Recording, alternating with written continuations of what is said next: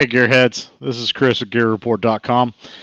And tonight, welcome to the Thursday night Hangin with Pickl podcast. It was supposed to be Hangin with Pickl and Mike, but apparently Mike decided to spend a little bit of time outside at the containment walls on the river today, getting some paddling therapy. And I don't know if he got stuck. I don't know if he decided to go swimming. I don't know if he sunk his boat. All I know is he messaged me and says he's not going to be able to make it tonight. So maybe he'll dive in a little bit later on. But if he doesn't, you got me. Hopefully, I'm not so off putting that you don't want to tune in. But tonight, we've got a great show. We've got Danny Warnock, owner of Superior Gear, a Minnesota hammock manufacturing company. And we'll bring Danny on and we'll welcome him to the show and to the Gear Report family group community, and same way with Tar Heel State Hangers. What's up, Pickl? Hey, Danny, how's it going? It's going well. How are you doing? I'm good. It's end of a long Thursday. Had this pretty little headset on my head since about 5:30 this morning, and as I do on most Thursday nights, I'm ready to get it off when it's time to take it off. So, Yeah. Anne-Marie showed up. Welcome, Miss Anne-Marie Autumn Ultralight. So, I figure we can just hang out and chit-chat for a little bit, let some of my people show up. There's John Rammel with Trailheads Hammock. Sounds good. So, you got a couple competitors in the feed already. I guess everybody's looking for trade secrets tonight. See if I know anything or not. That's okay. That's okay. If not, we can educate you along the way, and maybe you can teach me a few things. What's going on, Casey? I'm sure Odie's around there someplace. Thanks for tuning into the feed. I want to, again, for those of you just joining us, thanks for coming along on this Thursday night ride. Tonight we've got Danny Warnock with Superior Gear, and that's superiorgear.com is the website. Creators of so what do you guys do? We do a few different things. We do have complete hammock systems. It all started with an insulated hammock. When I first started getting into hammocking, I just saw kind of some of the challenges with underquilts, and I kind of skipped right past underquilts and came up with something that fit what I was looking for. Just ultra simple, quick to set up, really warm. I camp in Minnesota, so it's not very often I would even want my insulation off anyway. So I just kind of created the insulated hammock, and it was really sweet, and people kept asking me about it, and so kind of started there, and we did a Kickstarter kind of centered around that, but we also developed a quilt and a shelter tarp, and kind of created a new suspension system, and so we kind of the whole deal. It kind of revolves around lightweight backpacking gear that's really built for Minnesota, kind of temperatures you need up here, and that's kind of the core of what we do. Okay. Good. Let's see. A couple more people popping in. Welcome, Sean. Sorry to say, Sean, Mike's probably not going to be able to make it. You're worried about a dry dock. I think he's still trying to find a wet dock. He went and decided to do some paddling therapy today, and I don't know if the time got away from him or I don't know. All I know is he said he was still out on the river and wasn't going to make it back. So I'll leave that up to you guys. Hopefully there'll be a decent trip report when he gets back. Hey, Karen, welcome to the other half of the Trailheads family. Let's see. So, Danny, how'd you get into camping? Were you a Boy Scout, raised by wolves? Or I should say gophers, since you're up in Minnesota. I actually lived most of my childhood in Africa. I was a missionary kid. Okay. In Nairobi, Kenya. So we'd do some hiking there. It's not really a backpacking place, maybe unless you're Bear Grylls. But we would go on game drives, and I just always loved the outdoors.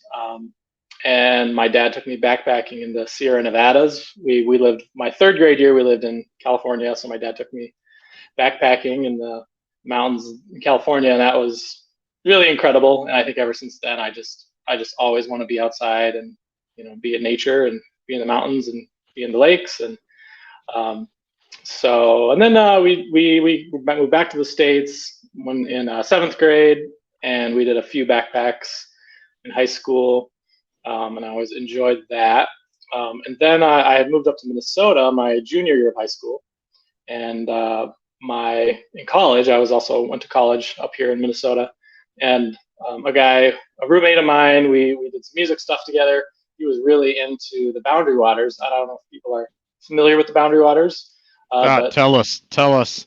It's an incredible place. I almost want to keep it a secret, but way up in northern Minnesota, there's this just huge area that borders Canada with like thousands of lakes, and they're just incredible. Like there's no motors allowed in there, and you can just completely get away from civilization, which that's just what I love. And you can just get in there 10 miles, you're 10, 20 miles from anything other than other people canoe camping. So that's really kind of where all this stuff with Severe Hammock started. He introduced me to the Boundary Waters, and I've been there almost every year since back in college.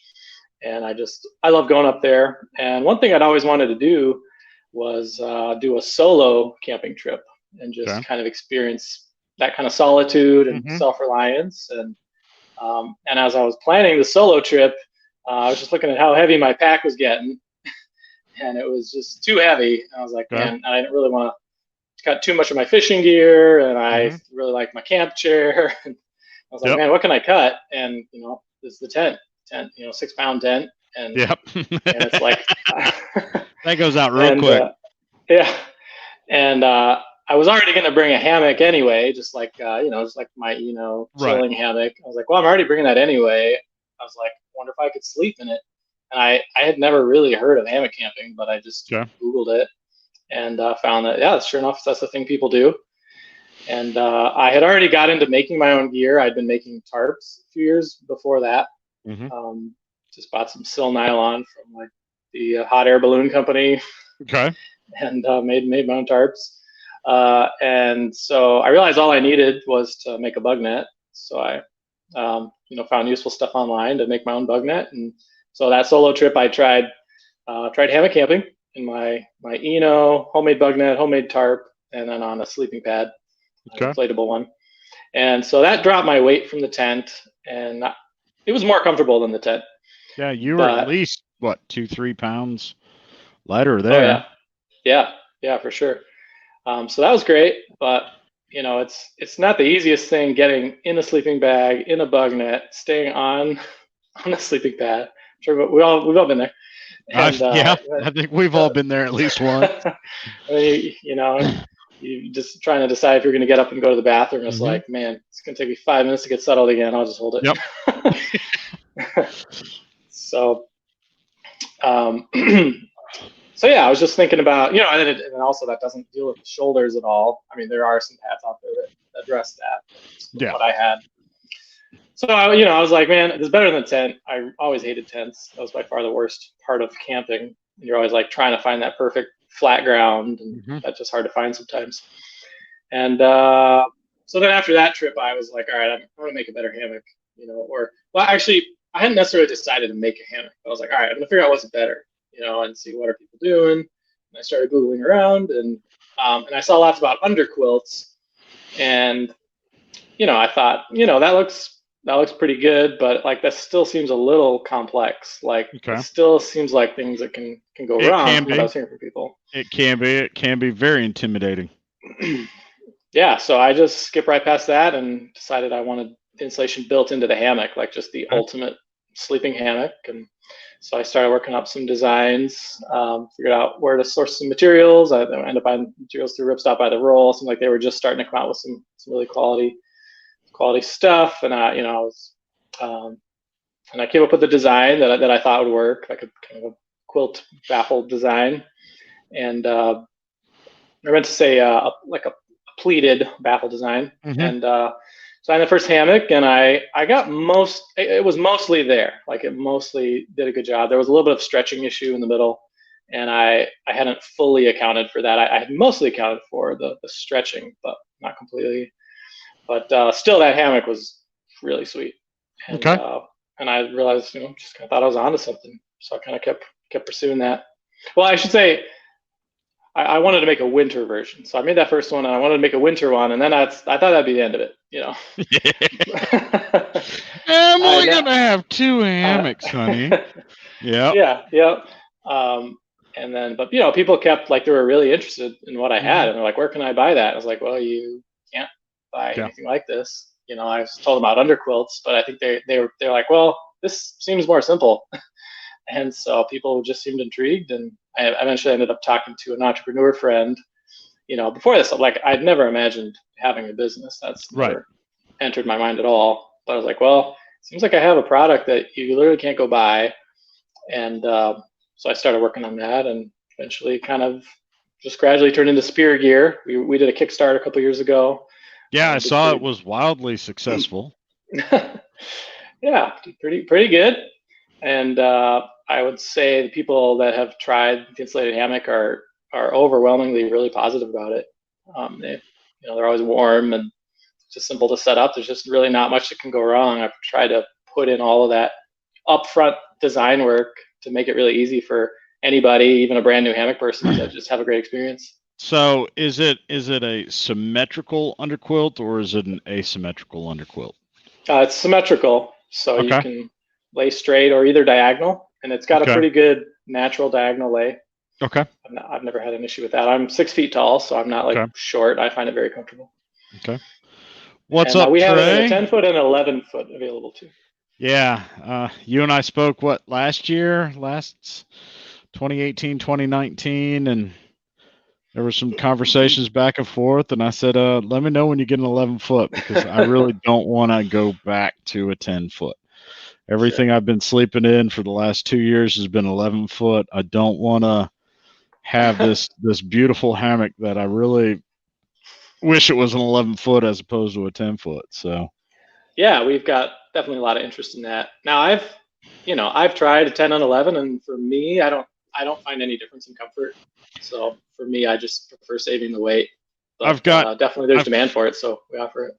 Yeah, I've got one 10-foot hammock that is kind of a big box brand. It's the Hammock Mantis that I'm really very shockingly pleased and surprised about. I expected it to just be an Eno with a few extra features, an Eno done better than Eno, and it really, really has surprised me in the nights that I've gotten it. And anytime I just need it, I'll just grab it and go. And I'm working on probably a 10.5-foot one that's lighter than my Wraith. Don't tell John.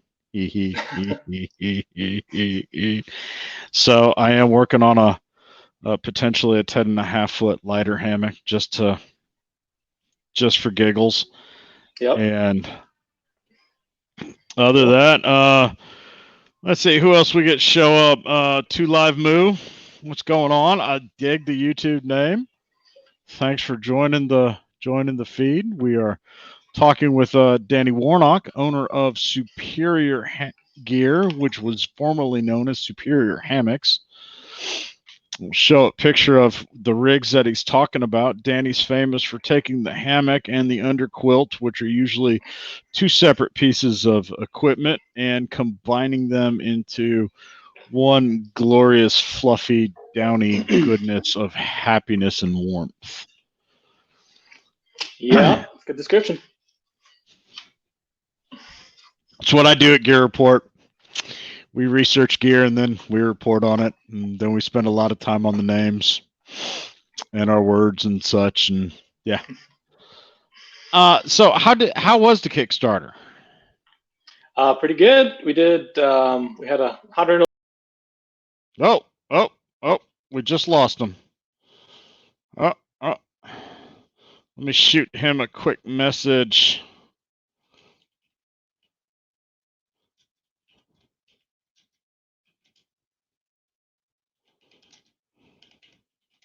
All right. So up. Line drop. There you are. Yeah, you hard dropped. You went. We had 100 and blip. Sorry, I was just having a terrible time and I just left. No. Okay, I'm used to that.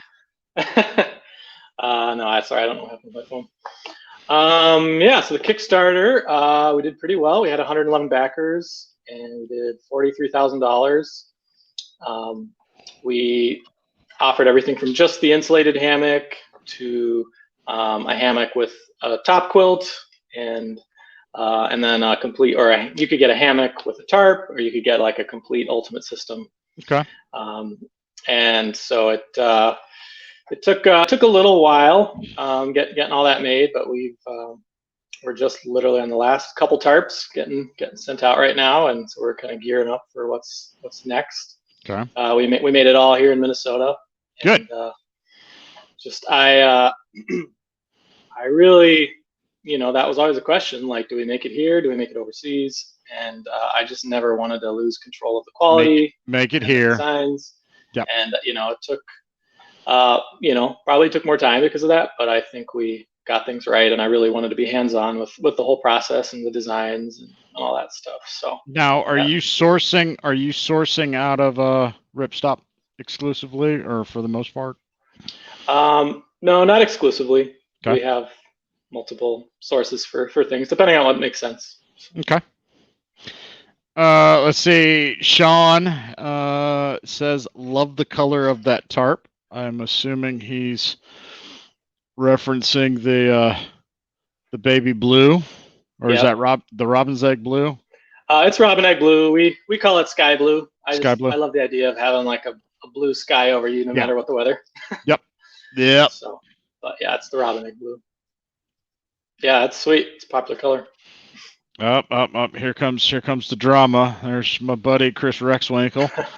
We actually went on a hike last weekend, not to cross-pollinate and beat in on this this webcast, but if you get a chance, head on over to the Spaguyver backpacking channel. Spaguyver, myself, and Rainman decided to do a escape the quarantine hike last weekend. That was nice. A lot of fun, a lot of laughs. Kind of hard to get three guys together when two of them are in Oklahoma and one's in North Carolina. So it was a really interesting trip that ended up with me jumping up and down on my trampoline. So Nice. You in for a laugh. Go ahead and head on over there and take a look-see at it. I'll have to watch that. Yep. John's got peanut gallery jokes. Now you did it. You broke it. Yep. So I don't know what dropped the feed, but it broke. It dropped. I probably pushed a button I wasn't supposed to push. Could be my phone. Whatever's whatever. So you've got the sky blue tarp. You guys carry the integrated 10 and 11-foot hammocks. What temperature ratings on the quilts are you guys? Right now, all of our temps are basically 30 degrees. Okay. 30 Fahrenheit for the hammock that's insulated. We also have we call it the universal quilt, because it is actually a top quilt and an under quilt. Mm-hmm. And what's unique is that our superior hammock, and we also have a single layer kind of standard hammock that have snaps on them, and so you can actually snap on. You can kind of loosen the ends, the bottom end enough, and then you can snap it right onto the hammock. Okay. And then you have an under quilt that stays in place, which I think is kind of unique. It's not going to slide around at all. Okay. And so it snaps to the primary underquilt or the integrated. You can do that. Yep, you can snap it on to the superior hammock. It's the insulated, the insulated hammock. And if you want to get a real true winter rating, you can easily get down to 0 degrees. I haven't tested it colder than that, but I've tested it down to single digits, and it was plenty warm. Or we call it the classic hammock. It's just your standard single layer hammock, and you can snap on the underquilt nut, and now you've got a 30-degree quilt. Okay. But it also turns into a great top quilt, and you just cinch up the bottoms, put a couple snaps, and you've got a really great top quilt. So that's just a really universal piece of gear. Okay. And my philosophy is I'm trying to make gear that will still work with other gear. Like I'm not trying to make it so you can't use something else, because a lot of people want to get into it gradually and or just mix and match pieces, and that's part of the beauty of hammocks. Yeah. But also, if our system as a whole offers something extra, I think that's good too. So I try to do both of those things, and our snap system gives some cool options like that.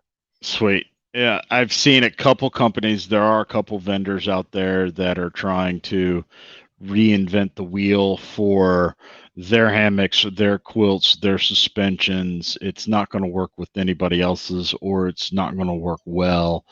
And I just think the majority of the community is just going to push away from that of the actual hammock camping community.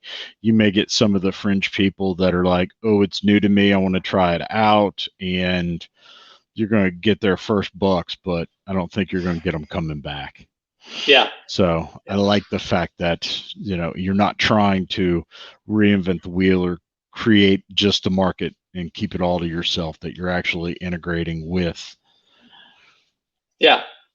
the other manufacturers and the other vendors. Yeah.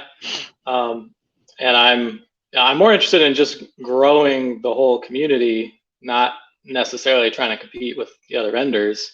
Okay. And I'm also trying to do things in a different way so that we have something a little bit different to offer. I really want to try to directly compete with what the other companies are doing. There's just a different way to do it, and people can kind of pick the flavor that they're going for. Right. So Raymond had a really good question that was on my list of things to ask you. He just popped it in the chat, and I'll let him have the glory for it. Danny, I like the design and the idea of the hammock. Any thoughts or plans to make it to where you could vent the quilt somehow in case you get warmer than expected temperatures?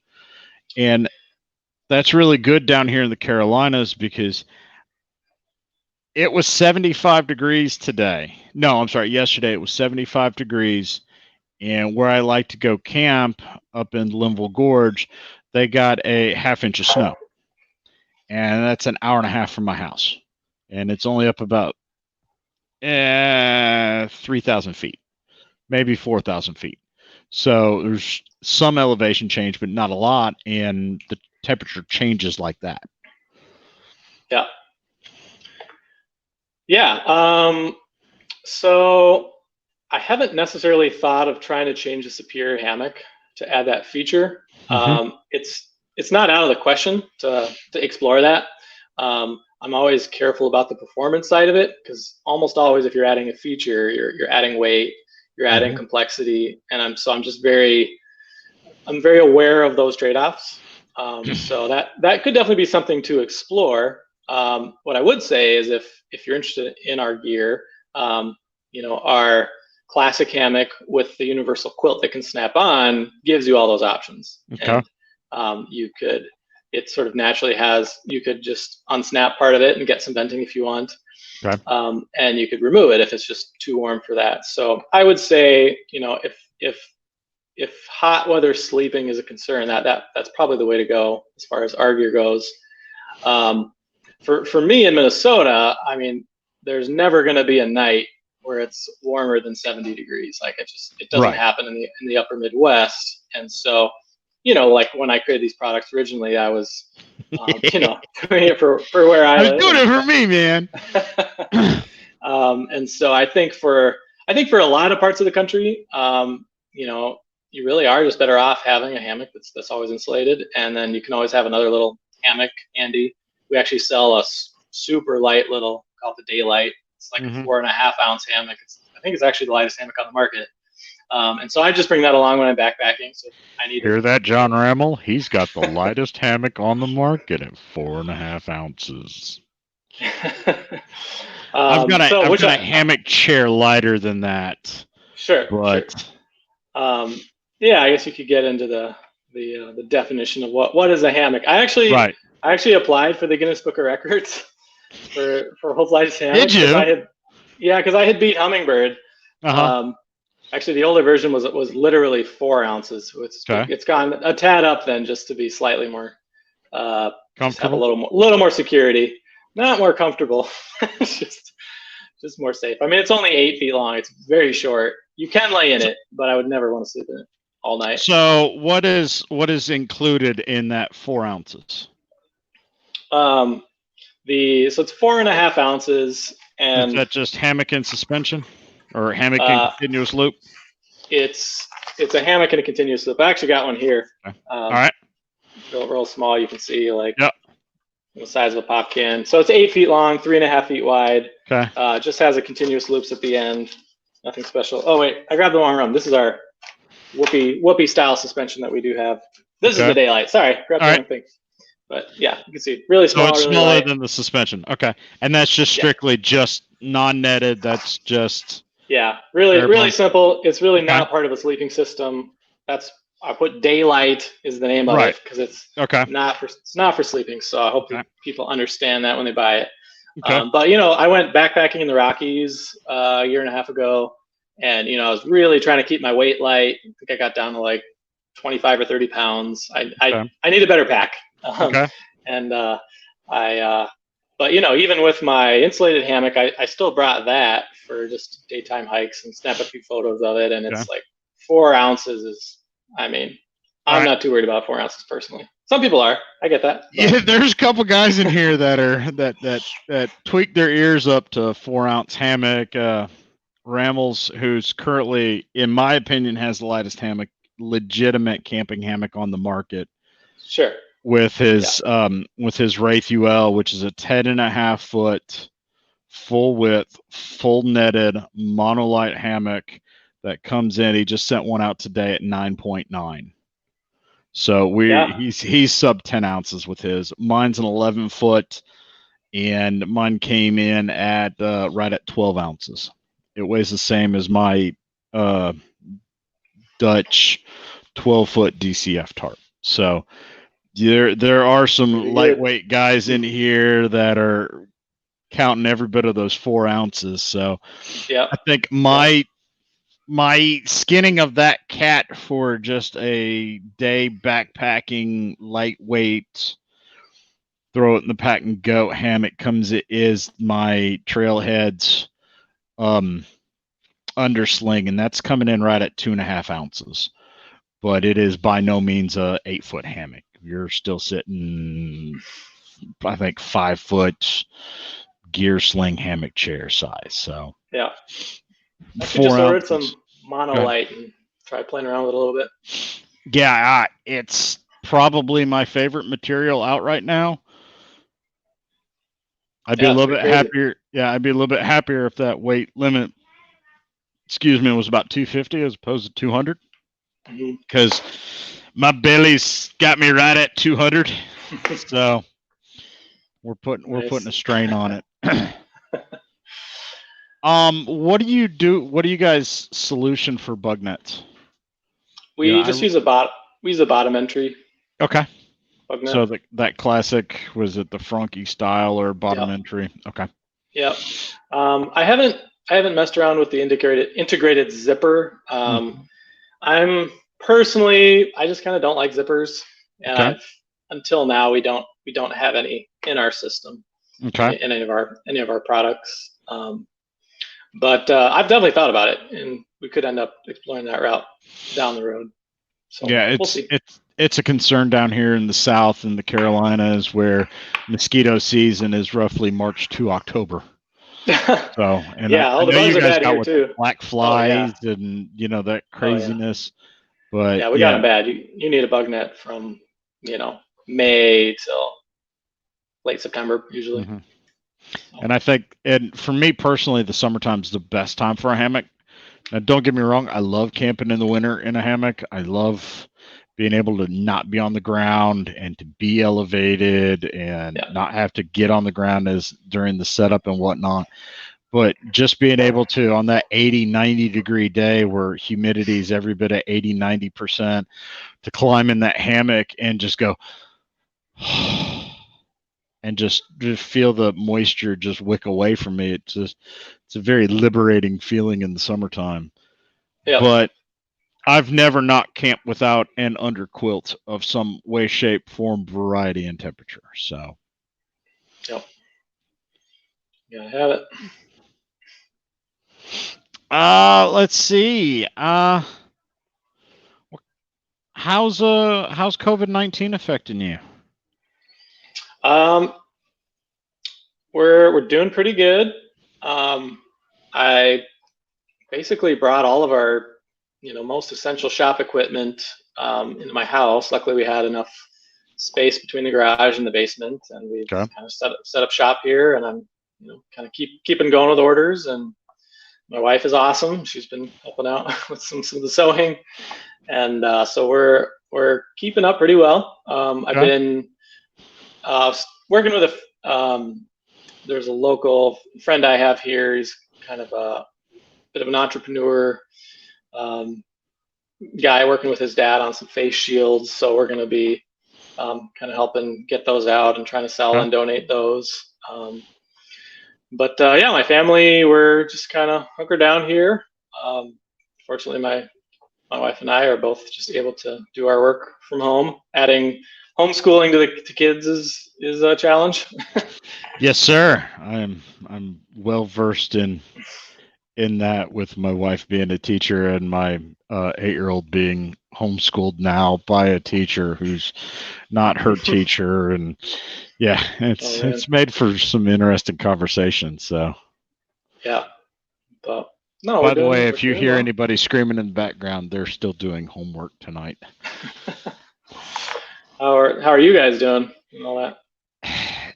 Other than as a IT professional, I've always used the woods and the nature as the yin for my yang, and being able to just get out, unplug, disconnect, lower the levels of everything going on, and just kind of take a breath and slow down life a little bit to recharge my batteries, and so on and so forth. Not having that's been it's got me kind of wound a little tight.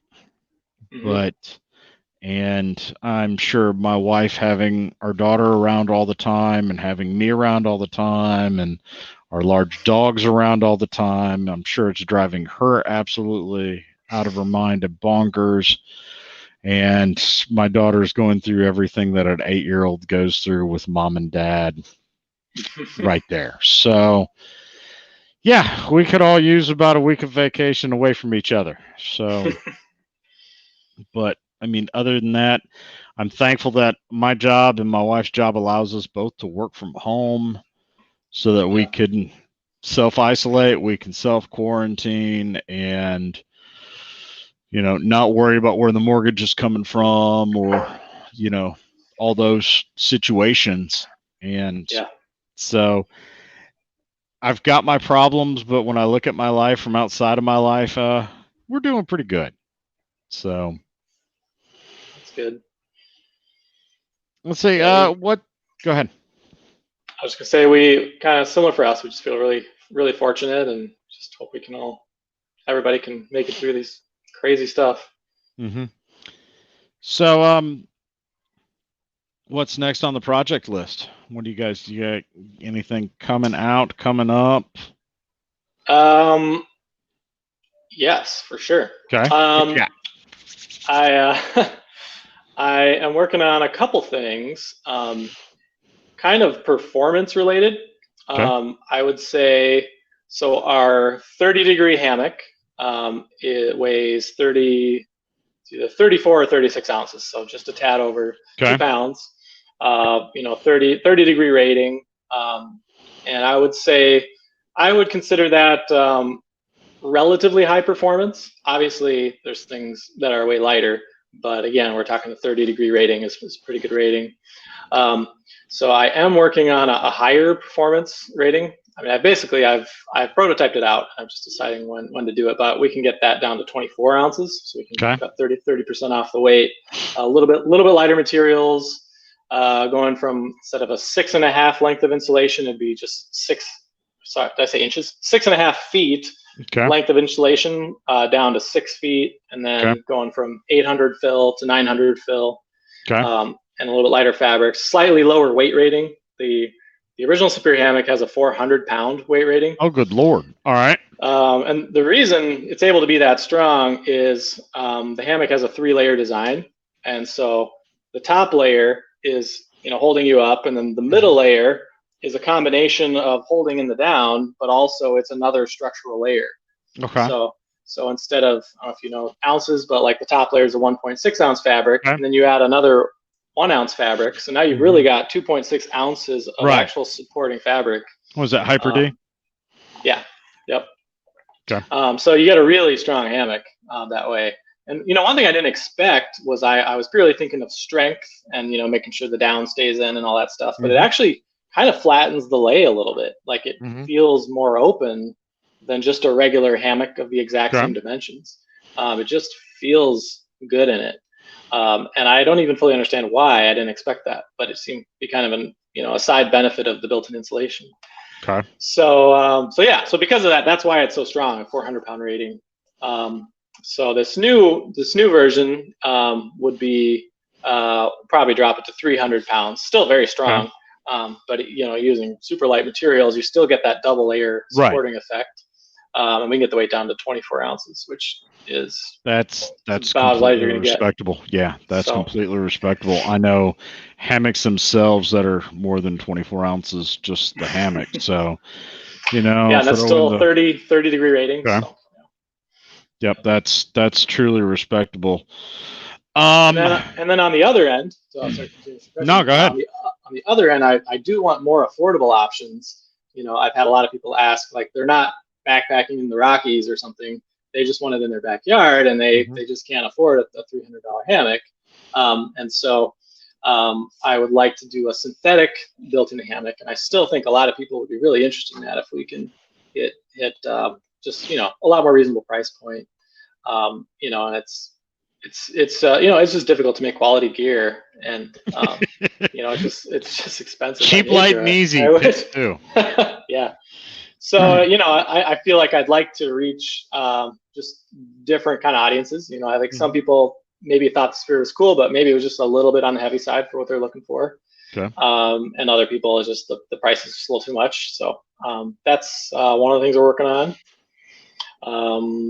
Another thing is I'm working on. I probably shouldn't even talk about it. I haven't even made a prototype, but I'm pretty sure it'll work.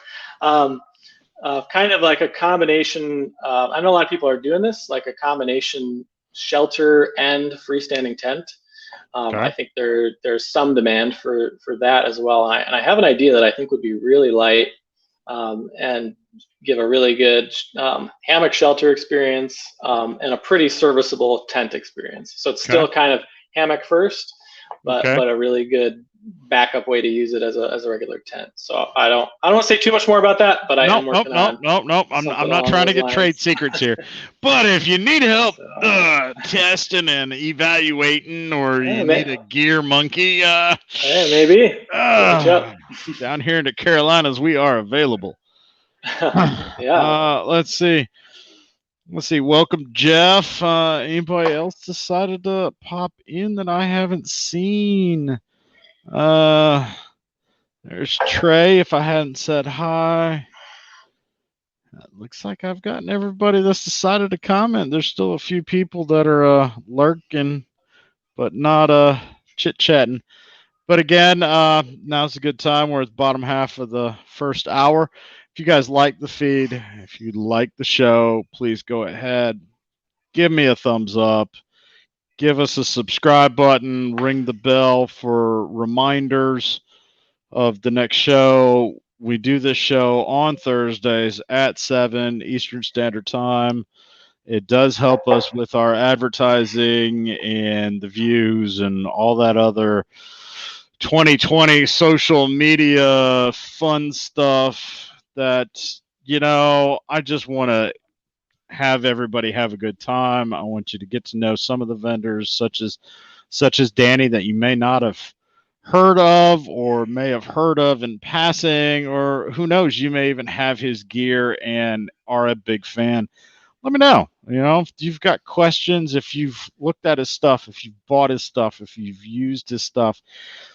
I got a new suspension from him last Wednesday, Thursday. So I've yet to get it out into the woods. Hopefully, the wife's going to let me sneak out to a trail tomorrow for some day hiking. So, fingers crossed, I'll be able to get back in the gorge tomorrow. All legal trails. North Carolina is not open yet, folks. These are legally accessible trails. I will not be trespassing. I will not be overnighting against city, state, county, municipality laws. Mellow out. That's good. Anyway, off of that soapbox. I'm not going to get on that soapbox. Biting your tongue a little? I am. I'm really biting my tongue. I will say that this has almost turned me into a conspiracy nut, and I just need to get back out on the trail. I need to get out of the house, get out of the front country, get back into the back country, and just stick my head in a mountain stream, whatever the case may be. So let's see. Any questions from the audience going on? Let that kick up. I'm really interested in this 24-ounce hammock, this 24-ounce 30-degree. I've got my lighter pack, and that would definitely put you well into the serviceable range of fabric and gear, and thumbing my nose at a few of my ultralight camping buddies. I know. Same here. I see we got Rex. Where's Greenfield and Orton? Get the trio of you knuckleheads that are saying, "Oh, I'm under 2 pounds for my full rig." Huh. Yeah. I am right now.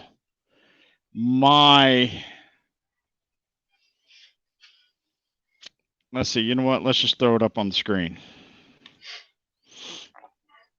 Oh heavens! Nobody can see that. Mm-hmm. Whoa! Everybody can see that. There we go. All right. Right now, I am my ultralight setup. Shelter is 2.2 pounds. Insulation's under 2 pounds. So I am just a hair over 4 pounds. And that includes my Wraith, my 12-foot DCF tarp from Dutch, my suspension, my gear sling underneath the hammock, stake roll up, and tarp hooks and strings. So that is full hammock suspension. And had a couple people tell me I could lighten up my quilt setup. So there's that. That includes 50-degree top. Go ahead. No, go ahead. 50-degree 800 fill top quilt from Cedar Ridge. My Jacks Are Better 40-degree under quilt, a sit pad that really probably should be more out of that for just insulation, and a pillowcase. It's pretty good. So I was going to say this new line of like super light stuff that we're going to do, that the hammock would be 24 ounces, 30 degrees, and then the quilt that would pair with that as a top quilt, or if you snap it on the bottom, you got a winter quilt. That one, our normal one's 24 ounces, 800 pound fill, 30-degree rating, and we could drop that down to about 18 ounces with 900 fill lighter materials, 30 degrees again. So you could have whatever 24 plus 18 for all of your hammock and insulation. Okay. From there, you just need your bug net and your tarp. So there you go. Pretty dang light.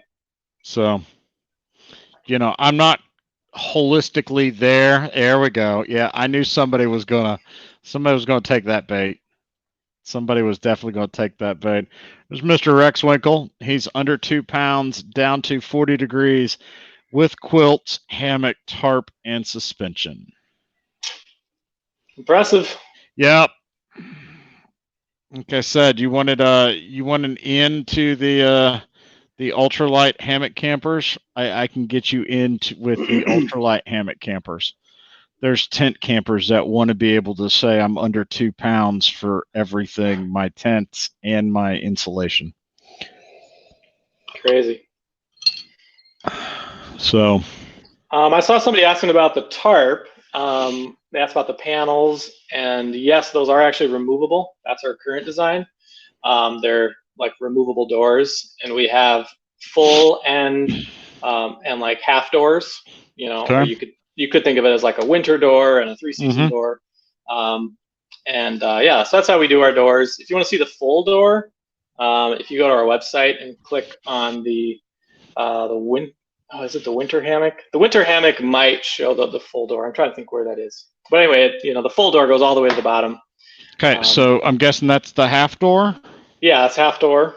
Okay. Which, even that gives you a lot of extra, rain and wind protection. So that's connected to, what is it, snapped on? Is that It's Velcro. Snapped? It's Velcro. It's Velcro. Okay. Yeah.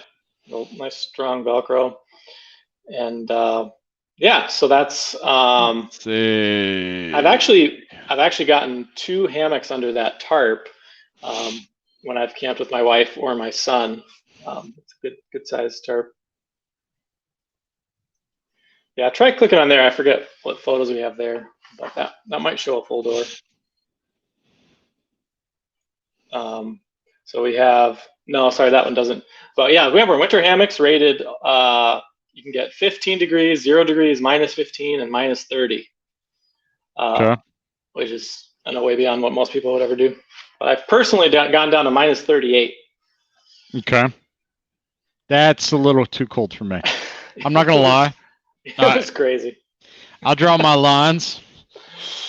Yeah. Yeah, that was pretty nuts. I'm good to 0. I'm a Carolina boy. I grew up in Northwest Ohio. I've seen a lot of snow, but I am happily a Carolina boy.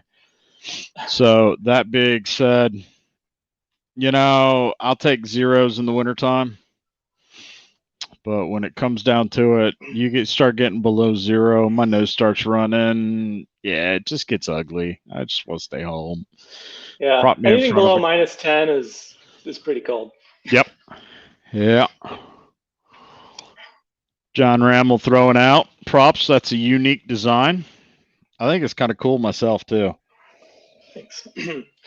Yeah, I mean, again, it's interesting. Our setups in some ways are more modular, and other ways are less modular. Like obviously, the hammock built-in installation is less modular because that's all permanently there. But then with the tarp, we actually have more modularity than a standard tarp, with doors or without doors, and you just have one or the other.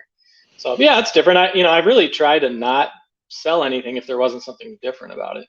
Yeah. Like to try to explore new ways of doing things and solve problems that haven't been solved, or just come at it from a different angle. It's been my goal. I think that's kind of what's really over the next year or 2 years, especially with the COVID-19, is really going to set the hammock community apart.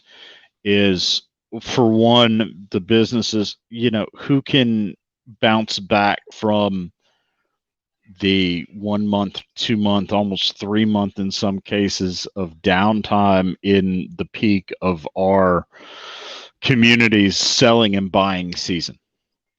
Who can bounce back from that? And then afterwards, who can innovate off a market that right now is pretty stagnant with new products? Not saying they're not out there. Yes, John released the Wraith at the beginning of the year. Yes, Dutch just came out with the Banyan 2 days before, the shutdown. You're coming out with a lighter setup rig, and it's there, but there's nothing truly innovative and functional about each one. It's a lighter version of the gather den. It's a lighter version of the integrated underquilt. It's a lighter version of the bridge hammock. So, maybe the hammock integrated tent is the way to go. Maybe it's, something completely different and we all start sleeping inside of bubbles. I don't know.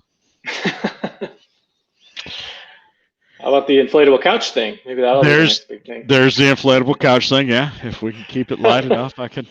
I mean, I've got a hammock couch that I take to some hangs, but it's fairly heavy. It's 3-person, so I guess it would be considered a couch. Nice. Let's see. Anything else coming in?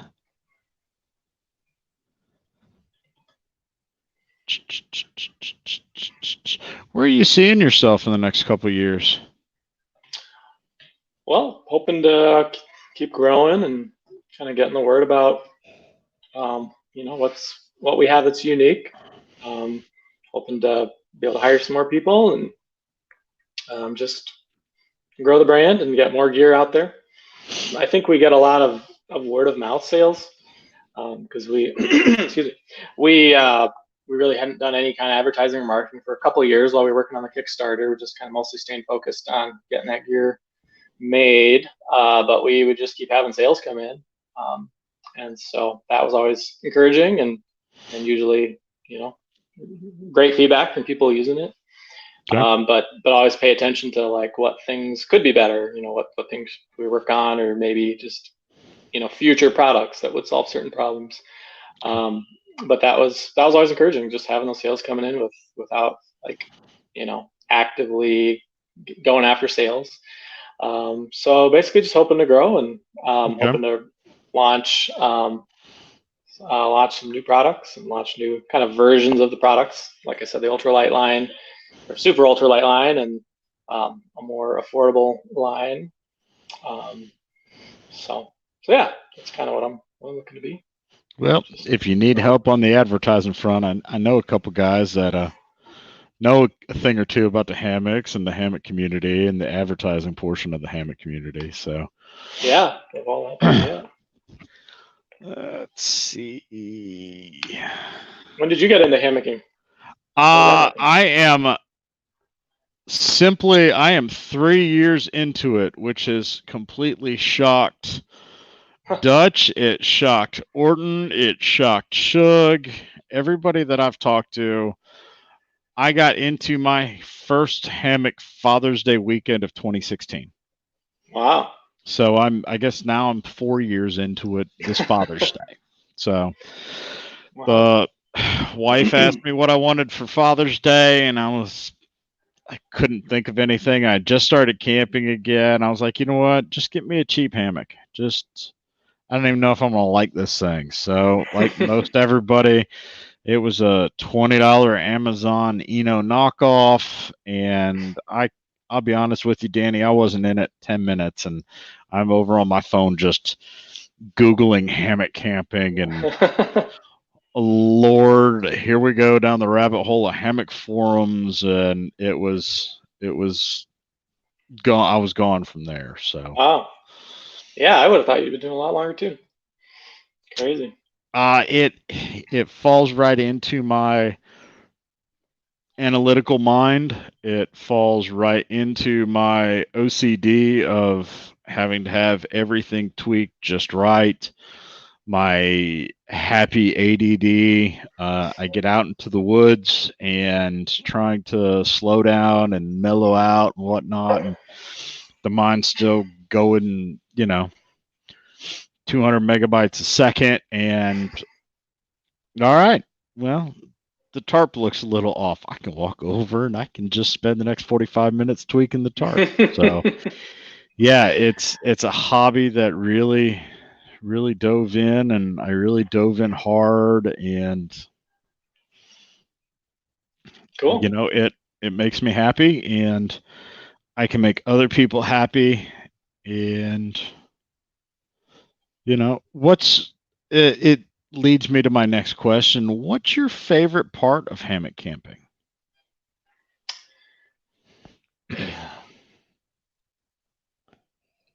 I mean, when I think about it, I just think about being in the Boundary Waters, just paddling 10 miles, and getting to a nice remote spot. And then just that feeling when you first lay down and you just, listen to the trees and you feel the breeze and you can just relax and you feel like you've earned it. And you just get to a beautiful place and, phone's not going to be ringing and, you don't have to respond to emails and you can I mean, you're just floating. I don't know. It's just such a great experience. Okay. And I mean, I literally used to, like, in my tent days, I just dreaded going to bed, and I just stay up way too late because I don't want to get in that, I'm getting sleep. On the ground and just get crappy sleep anyway. So why bother? I just stay up to like 2 every night. And but with the hammock, I'm like, ooh, I could go to bed. That sounds nice. So I just like want to go to sleep because I guess just get so much better sleep. And uh, the other thing, like just waking up in the morning, again, it's like exactly the opposite of tents. You wake up in a tent and you're like, my back hurts. Yep. Something hurts. Yeah. Yeah. But I wake up in a hammock and it's just like, this feels so good. You've got like, it just always felt more breathable than a tent. And you just got a nice breeze going, but yet you're not cold. Even if it's chilly out, it's cozy in the hammock. So I don't know. I just was almost not words for like that experience, and just that's why I pursued wanting to make that experience like the ultimate thing it could be, for what my needs were, what I was looking for in a hammock, and so yeah, I don't know, just the experience of hanging and being outside. I love it. And also the extra freedom, of just, I mean, anywhere you're camping in Minnesota, like there's practically anywhere you would want is a campsite, or at least a place you can set up and sleep. Unlike tents, it can be hard to find a good spot. So yeah, if I want to like get right up next to the lake, the edge of the lake, I can do that and have a great view. So I like that part of it, and it's kind of the lifestyle aspect of it. Like nobody like takes their tent to the park and hangs out in their tent, but nobody will go out in their backyard and purposely set up their tent for their lunch break. That's right. Yeah, but I mean Minnesota, like now, I mean, I guess really year round I can actually hammock, but let's say it's like mid-October, it's getting pretty chilly. Maybe it's 40 degrees outside, but I can take my hammock and go to the park and go relax. I'm so comfortable. I'm not cold. So it's kind of a lifestyle too. Like I try to just keep one handy in my car all the time. Keep an insulated and a non-insulated just ready to go. And yep. I think a lot of us do that. I don't know about insulated. I will say I don't have insulation in my Jeep currently. I do have my wool pullover, but that'd be about it.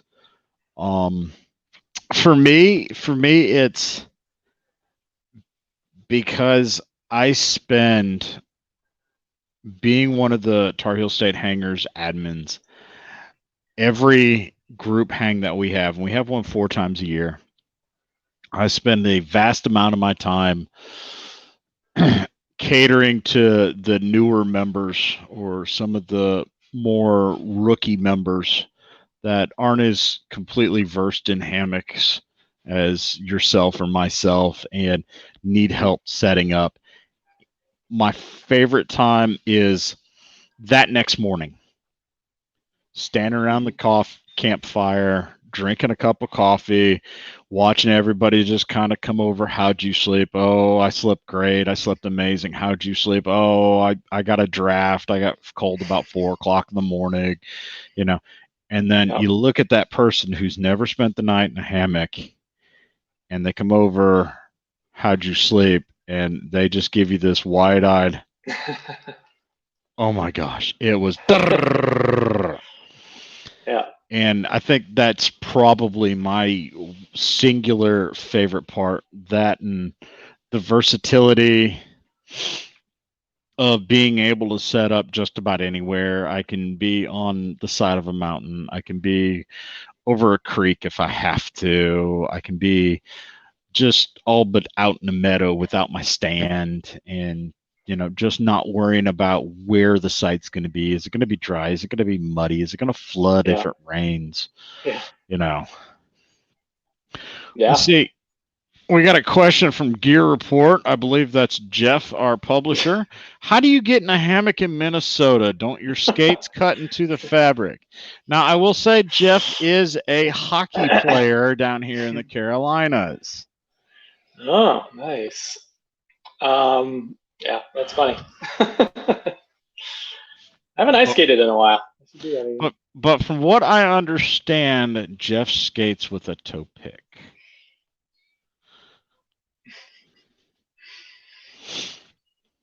Old reference to the movie, The Cutting Edge, where she anyway, never mind. It's an old hockey ice skating movie that I lost about half the room with the joke reference toe pick. That's okay. Look it up, Google it. It was a funny moment.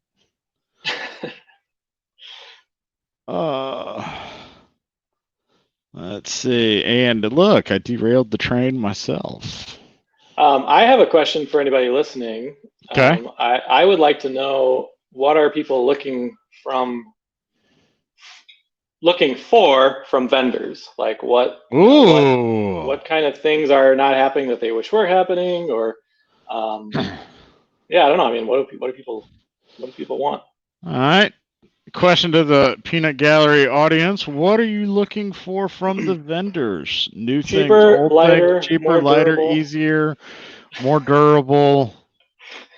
Right now, I think everybody's looking for shipping. That I think everybody's just looking for shipping and 2 trees to set their hammocks up in. But what are you looking for your next gear set up? Give them a moment to start responding. And some of the vendors that happen to be hanging out there, what are you looking for as a consumer?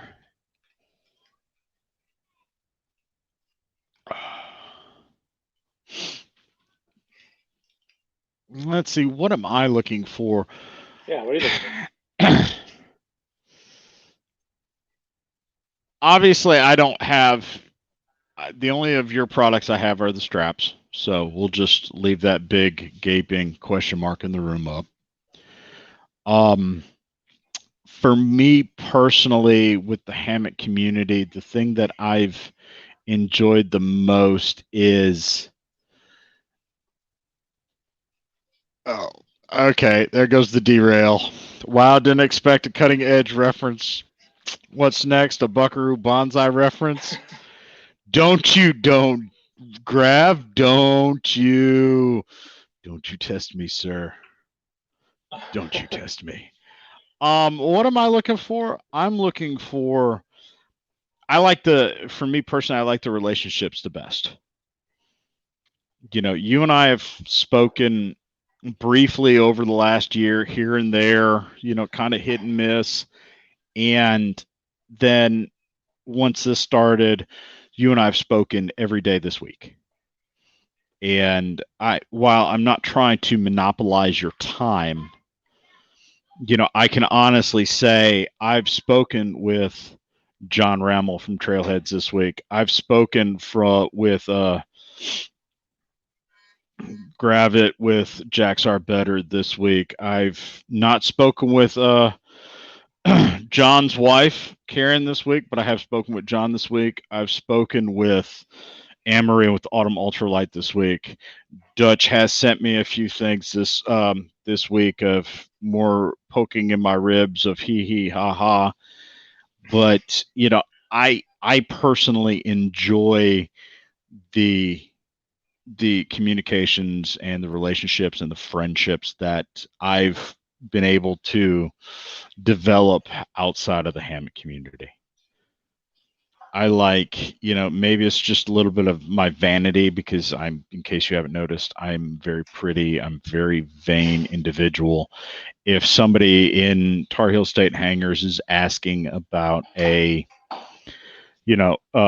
integrated underquilt hammock, I want to feel like I can say, oh, hang on, let me bring Danny into the conversation. And here's the owner of the company that's really the only company out there doing this.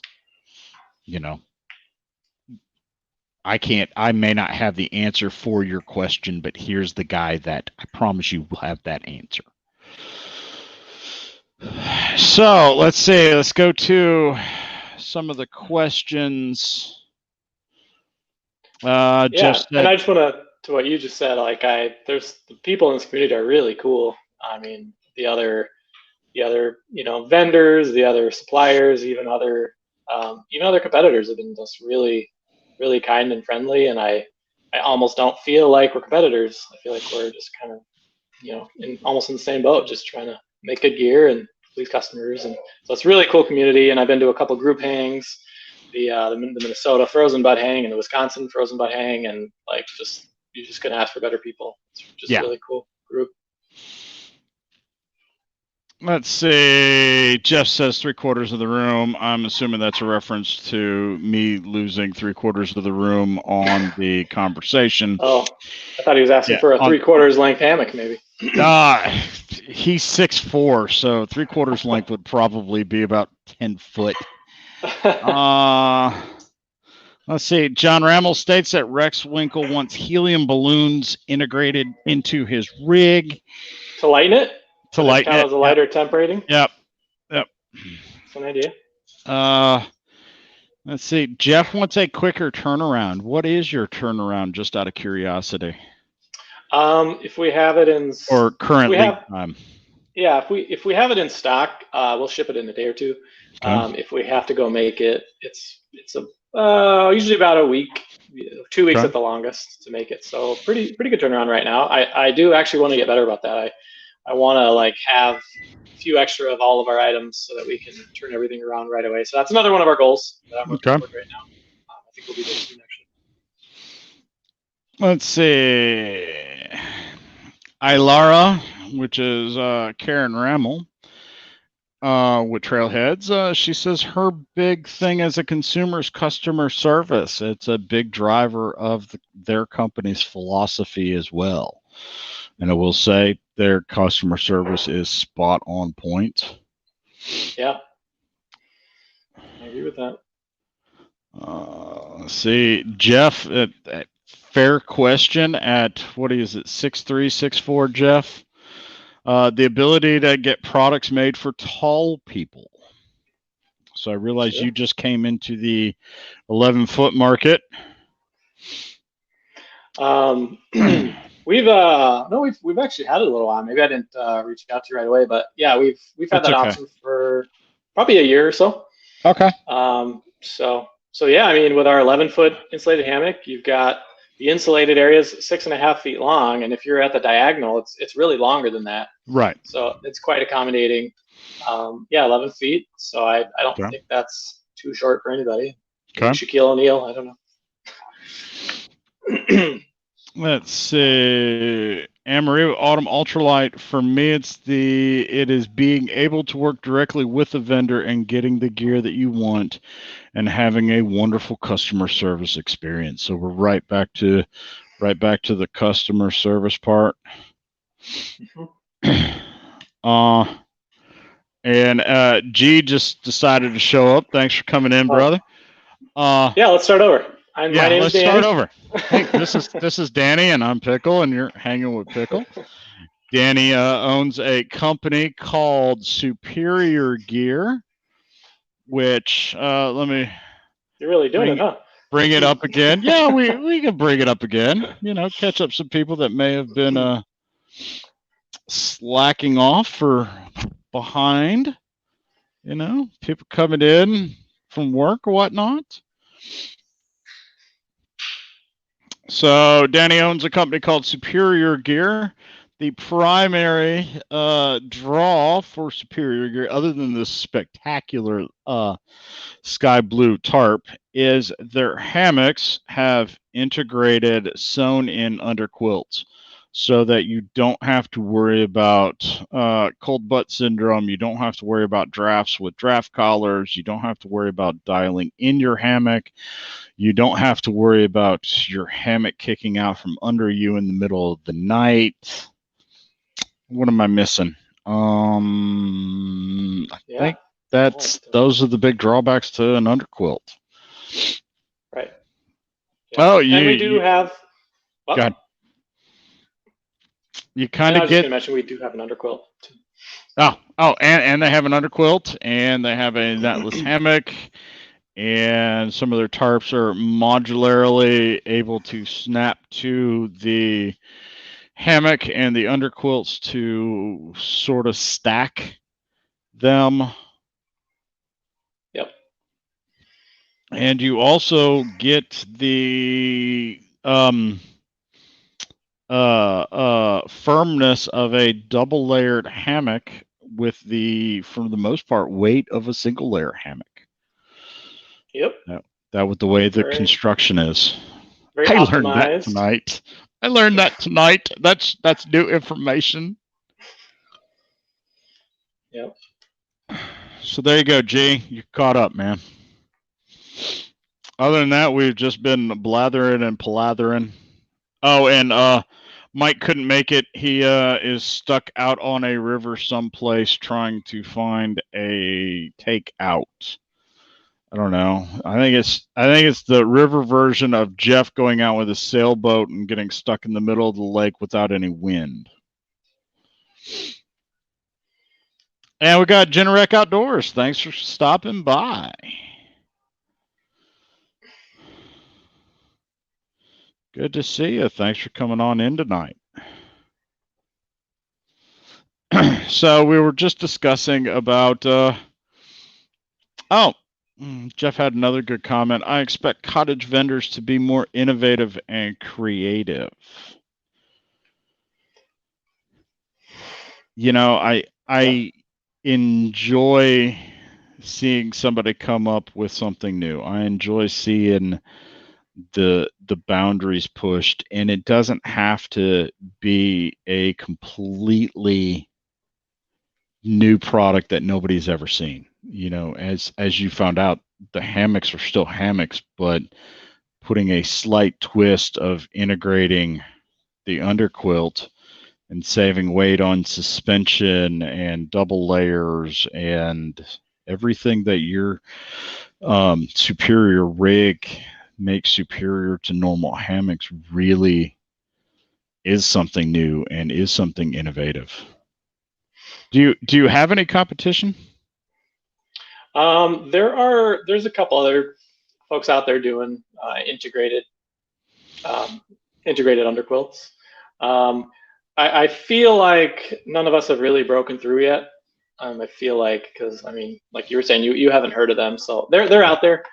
They're as far as I can tell, pretty, still small like we are. So yeah, I can't claim we have the only one that's out there. But I do think we have a lot unique to offer, and what I'm trying to do is really break through.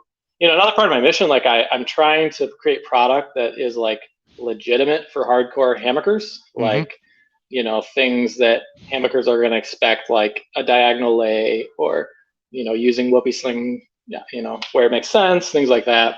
And the Superior hammock, actually, I didn't mention this, it has a built-in ridge line that's an adjustable whoopee sling. So it just comes with that. So part of my mission is like I'm trying to do like hammocking, correctly, like the right way it should be done, and not like a cheap, Chinese like an Eno, crap, like an Eno or a cheap crap. I don't know. Coming out of China. I don't want to badmouth anybody. I wouldn't be. I might not be here if it weren't for Eno. Oh no. Eno's best win is their marketing department. I'll leave it at that. But it's sorry. And I promise you're not going to say it, but I'll say it. I've seen a lot of crap come out of China. But what I'm also trying to do is create like the simplest possible version of hammock products, so that people that are new to hammocking, because it can be overwhelming at first, and what all stuff do you need? And so I'm also trying to make it as simple as I can without losing the performance and losing the comfort and losing the modularity. And so that's kind of this. It feels like a tightrope that I'm trying to walk, of trying to like make it accessible and make it something, because I just want to grow our general market. Yeah. I'm not really trying to steal hammock. I'm not trying to steal customers from Dutch or or Hammock Gear or whoever. Like Right. I want to get new customers who are currently in tents and bring them into hammocking. And so I do think our gear is positioned really well to reach that, and that's always been kind of my mission, is to try to make it accessible for anybody to get into. Get some of those converts. Yeah.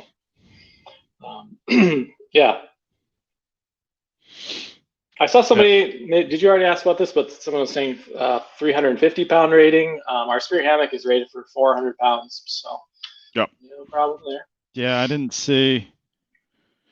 I must have missed that. Must have missed that question in there someplace. But there it is. It's coming from G. Yep, that looks awesome. They support big people who are 6 foot 350. Yep. Here's the owner right here, right now. He's got an 11-foot hammock, good down to 30 degrees. Of course, with underquilts and temperatures, your mileage may vary. He's good at 30 degrees in it as a Minnesota in. As me as a Carolina in, that I may be good down to 0 in that sucker. No, it's I think I rate pretty conservatively. Okay. I would say I sleep very average, not hot or cold, and I mean I literally test everything exactly when it hits that. Oh, it's gonna be 30 degrees tonight. Perfect. I'm getting out there and make it and I don't just mean like survive. I mean like I'm actually warm. Yeah. So I've definitely had unofficially, like I've had people go down to 20 with the hammock, and they're like, I was totally warm. So I would say it always bothered me, like buying a sleeping bag at REI. They're like, well, you really need the 20 if you want to be warm at 30. I'm like, why does it say 30 on it? That's really What? So I try to be pretty conservative with our ratings. So I mean, unless you're an extremely cold sleeper, you'll be cozy at 30, not just getting by. Wonderful. I mean, I agree. I'm tired of seeing insulation companies and quilt companies give me a survivability rating on the quilt. A non-death rating? Yeah, no. I'm not out here to survive. I'm out here to be comfy. Yeah. Give me a snuggly rating. Is this like, pink bunny slippers warm at 20 or, Yeah. So... Oh, and there's my lovely editor, Jeff. That's huge. I camp with the Scouts a lot, and they like it simple. Too complex, and they will ignore it and go straight to an Eno. Yep. So,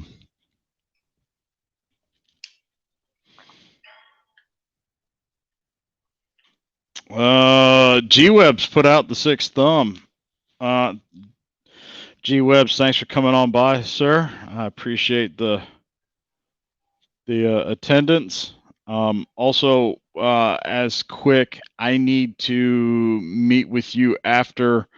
One of my hammock vendors is looking for patches, and I know you hooked up Gear Report with our patches, so I need to get some information from you, sir, if you don't mind later on, or just funnel it through Jeff if that's easier. But thanks for coming. Again, we're a little bit after 8 o'clock. I want to thank everybody that's here watching and joining us. If you would, down at the bottom, go ahead and hit the thumbs up, hit the like button, or heck, if you don't like me, that's fine. Hit the thumbs down. I'm fueled by coffee and hate in the mornings anyway, and good solid whiskey at night. John Rammel's stealing the snuggly rating. Sir, go right ahead. I don't have any of my words trademarked. As long as it gets people in the trees, warm and snuggly, You can give it 2 bunny slippers on the foot, thumbs up, however you wanna tweak it. I think we on our site, I think we use the phrase comfort range of 30 to 70. It's kind of our language. That may not be common. Let's see.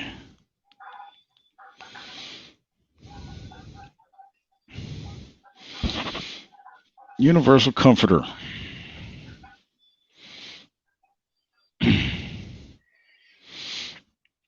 All right, thanks, G Webs. I will probably get that in my email either tonight or tomorrow. Jeff gave me a thumbs down. Got to keep my ego in check. Yeah, see, this is what I'm working with here. You know, gives me a thumbs down. That's okay. That's okay. I see how it is. Let's see. You've got it as comfort range of 30 to 70 degrees with the 800 filled down. Is it hydrophobic down? No. No. But the fabrics are DWR treated. Okay. Good. Down the road, it would be nice if we could get that upgraded. So I'll look at that eventually. Oh, everybody's liking Jeff's comment about keeping my ego in check. Karen's getting all smiley faces. G23's kicking out the LOLs. That's fine, y'all. Let's feel the hate. It's okay. It's okay. I'm pretty. I am pretty. And I've had a little bit of whiskey tonight, so I'm just going to keep on getting prettier. All right. Back to Danny Warnock with Superior Gear before these fine individuals in the peanut gallery derail this train again. If you're just joining us, we are talking hammocks, we are talking integrated underquilts, and we're having a good time doing it. If you've got any questions for Danny, we are at that point in the night where the questions are pretty much free flowing. The snickers and the side comments are flowing towards me, the host. That's okay.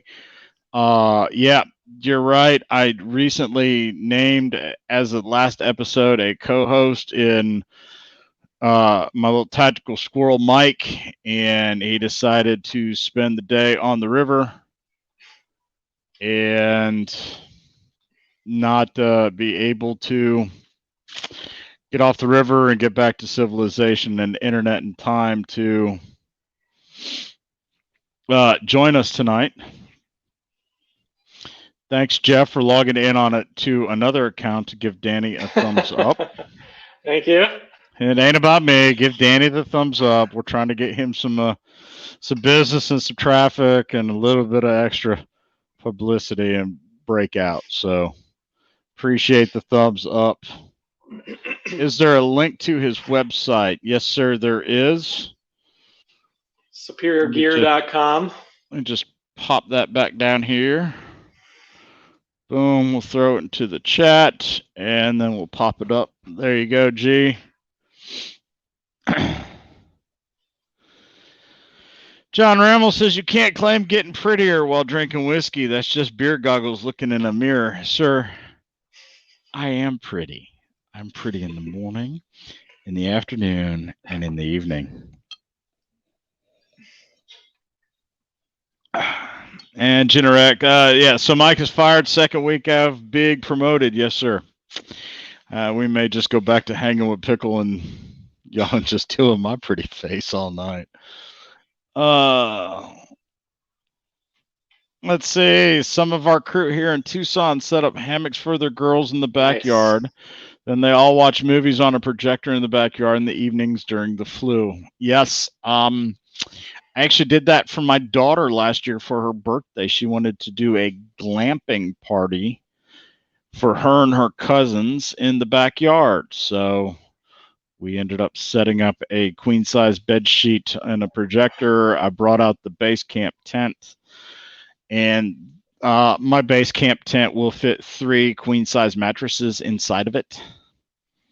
Inflated. Yeah, it takes up a bit of the backyard, and we stuck 5 or 6 kids in it, and they just all had a good time. So we in our in our basement here, we have a big projector and a hammock stand down there. So we can also So enjoy movies from a hammock.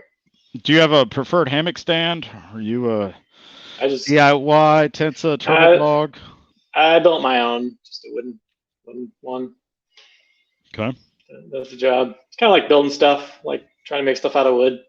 I built all the giant tables at our shop and fabric racks and a tarp ceiling contraption, and I just kind of enjoy building stuff. I enjoy sitting around campfires drinking stuff.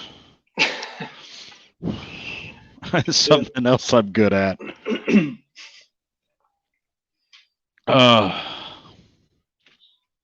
Let's see.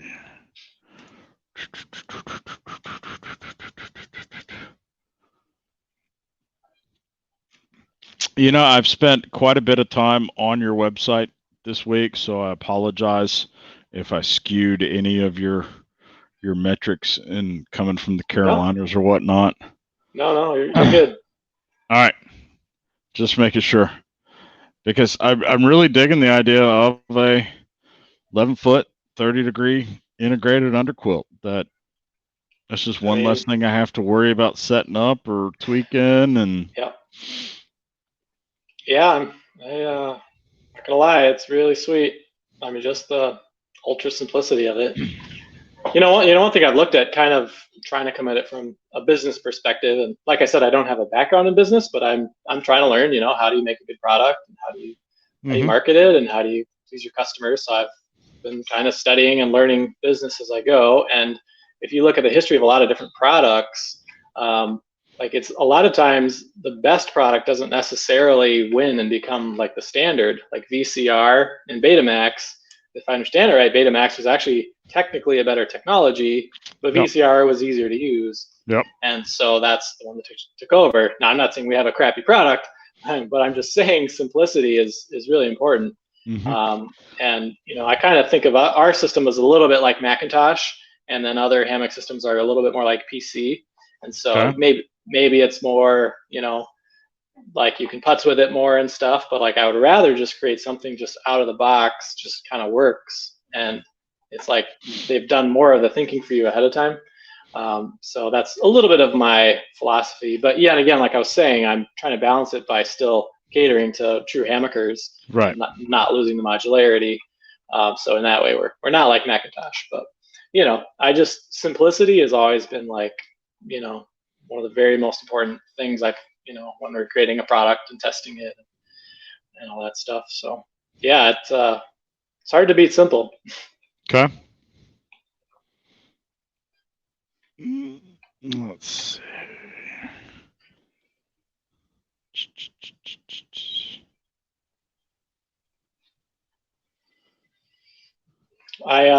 I did send some gear out to Spaguyver. I am waiting on a review from him. So, Mark, where you at? You ain't told me he sent you gear. So, and I did the Ultimate Hang review the Superior Hammock a while ago, and he was actually pretty positive about it. I think he really liked it. He said his wife really liked it. So he's got some of my newer gear, and I think he'll be getting a review out at some point too. So. Good.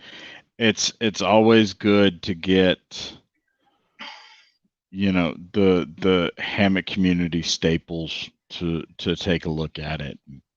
Yeah, and go ahead. I was saying, I get some great feedback too. It's not all positive, and so I really try the best we can to incorporate what could actually be better or what didn't work. You know, it just takes a lot of iterations to get stuff right. Yep.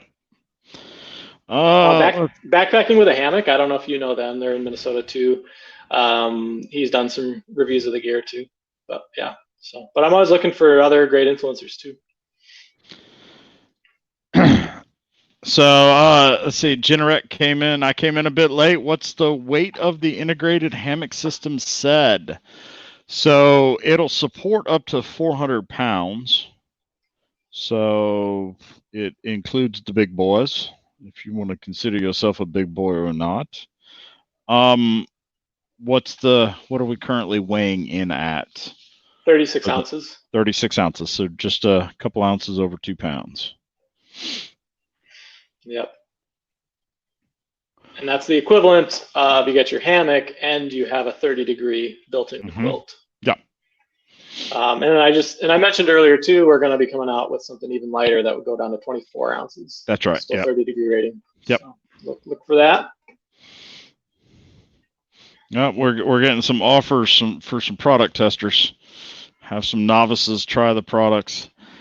I will say, we were speaking today, and it sounded like you were a little surprised that Mike and I are head of Tar Heel State Hangers, and we're over 850 members. And I'm a big proponent that you can sit here and watch YouTube reviews all day. And unfortunately, with COVID-19, that's all we've all been doing is just sitting around watching videos and reviews and whatnot. But if you really want to learn about it, is come out to one of the group hangs to where you can see these products in person that you can't see at a big box store, that you can't pick up at REI and try and take back or whatnot. That really the place to get hands-on with the hammock community stuff is really at one of the group hangs that we have here at the Carolina Tar Heel, or Danny may have up in Minnesota with the Minnesota and the Wisconsin groups. And so if you are new to the hammock community and you are curious, come on out. I'll be more than happy to explain to you how you could lose your underquilt in the middle of the night and how this would benefit you. How quickly you get cold when you have your underquilt ripped out from under you, at any temperature, whatnot. G, thanks for joining our Facebook group. I appreciate it. Whether it's Gear Reports or Tar Heel, I have a feeling it's probably going to be both. And I thank you for the joining. Let's see. Got a lot of good stuff going on. Let me throw Danny's website up again at superiorgear.com. Purveyors of fine hammocks and hammock quilts and things that keep you warm in the backcountry, and not just warm, but comfortable, and the ability to have a view. So you've also got a pretty fancy and slick suspension system that you've come out with, correct? Yep. Yeah.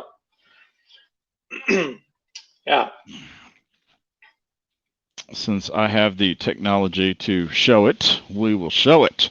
And no, that is not the price of the hammock of the suspension. That is the Superior Hammock. $300. $300 for your suspension system. Yes. Actually, can you go to accessories and the buckle? There's a slightly newer version of it. Actually, just took some new photos. Let's see. Nope, not that one. I went to accessories. Was that the Elite or the first one? It's the top one, the first one. Okay. So when we were doing the Kickstarter, I was just going to use regular cinch buckles, and I didn't want to do a whoopee system because, like I said, I was more gearing towards simplicity than like the absolute performance. So I was going to just go with cinch buckles, but we just found that they were having some slipping issues on that like Dyneema strap there. And so then I just decided, man, I think I just couldn't find anything on the market that was as simple as I wanted, but also really secure and adjust easily. So I think I kind of took what was out there and borrowed from it and improved on it. And this buckle kind of does everything I was looking for. It's really strong, rated up to It's aluminum, holds 400 pounds, and it adjusts really, really easily. You just Okay. pull it and it tightens. It's super secure on every kind of strap, that I've tried. Okay. I've tried everything, from the Dyneema, polyester, Kevlar, all of it just really holds. And then the one thing that's most unique is the second piece there, the adjustment piece. Even after the hammock's been under tension, you can kind of give it a couple pulls and sort of ratchet it, and then the whole thing loosens up. That was another tough part about normal cinch buckles, is they're really hard to loosen once you had them tight. Yeah, if they lock down, they lock down. Yeah.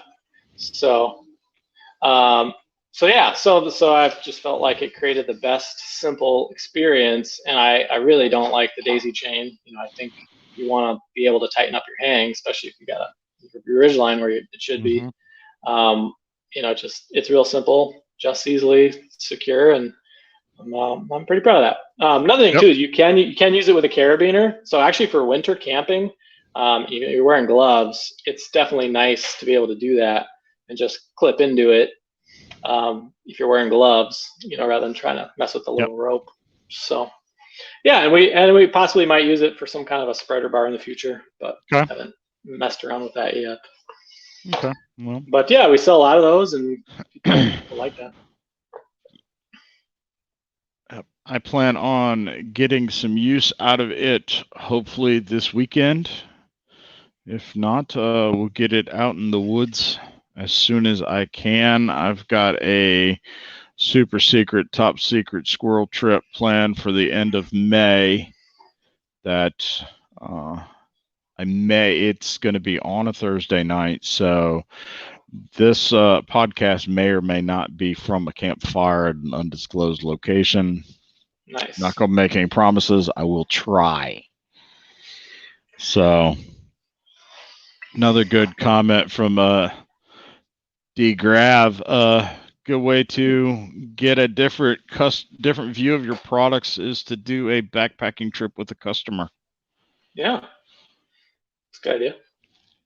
Nobody's going to be more realistic and more honest with you than somebody either you've outfit with your gear and sent them off into the woods after a long day of hiking and now they're cussing trying to set it up, or wake up the next morning and are completely and totally refreshed and are gushing with how great your stuff is when it's kept them warm. So very good.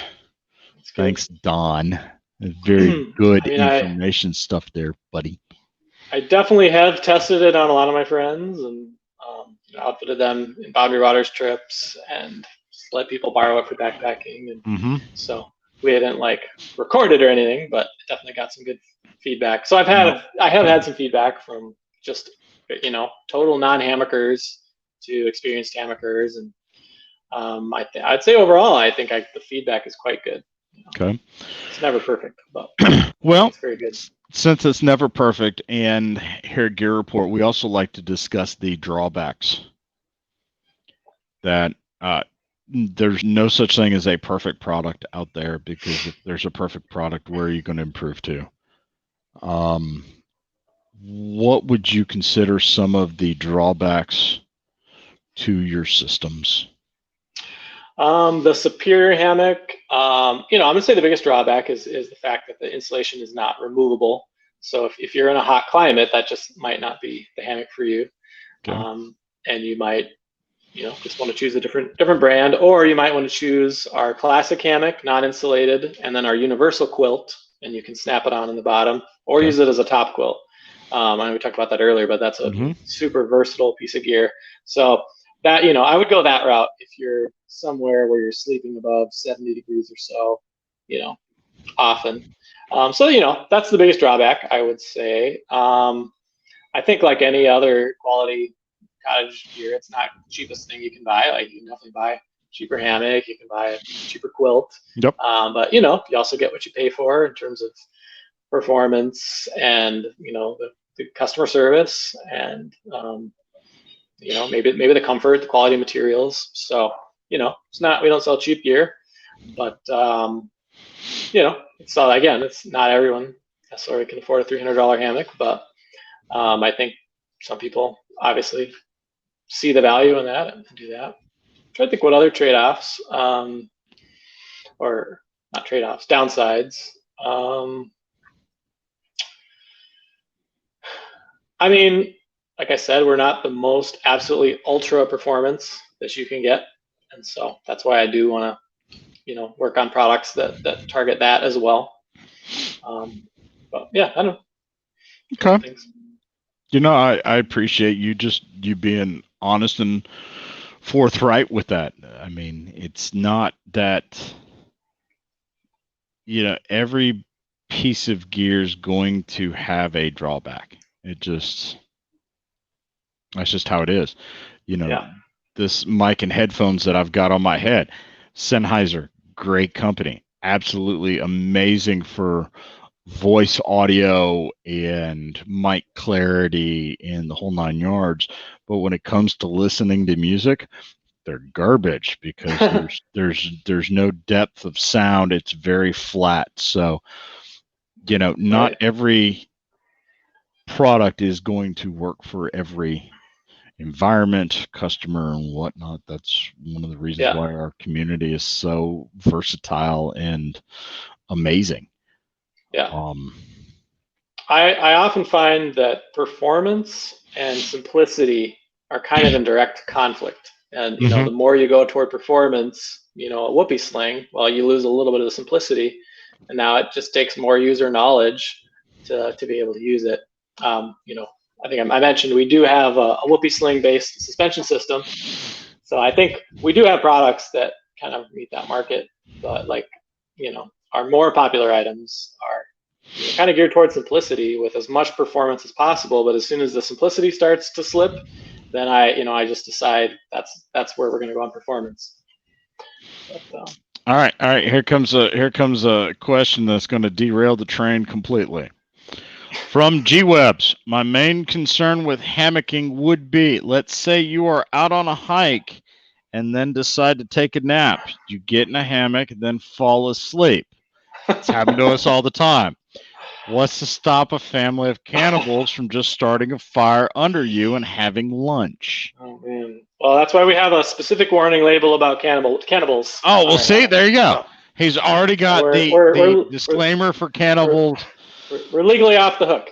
You're legally off the hook. The feathers act like both seasoning as well as fire starting equipment. So, they'll roast you just that much quicker. But like the bear burrito. There's the bear burrito. Closer to something true, but yeah. Usually when the hammock starts melting and flesh starts cooking around it, the bears will come in, scare off the cannibals, and then eat you as a bear burrito. So, I have had people ask, "Are these hammocks fireproof?" I'm like, "No, definitely not." If you had like an entire wool hammock or something. even then, I don't want to. No. I love.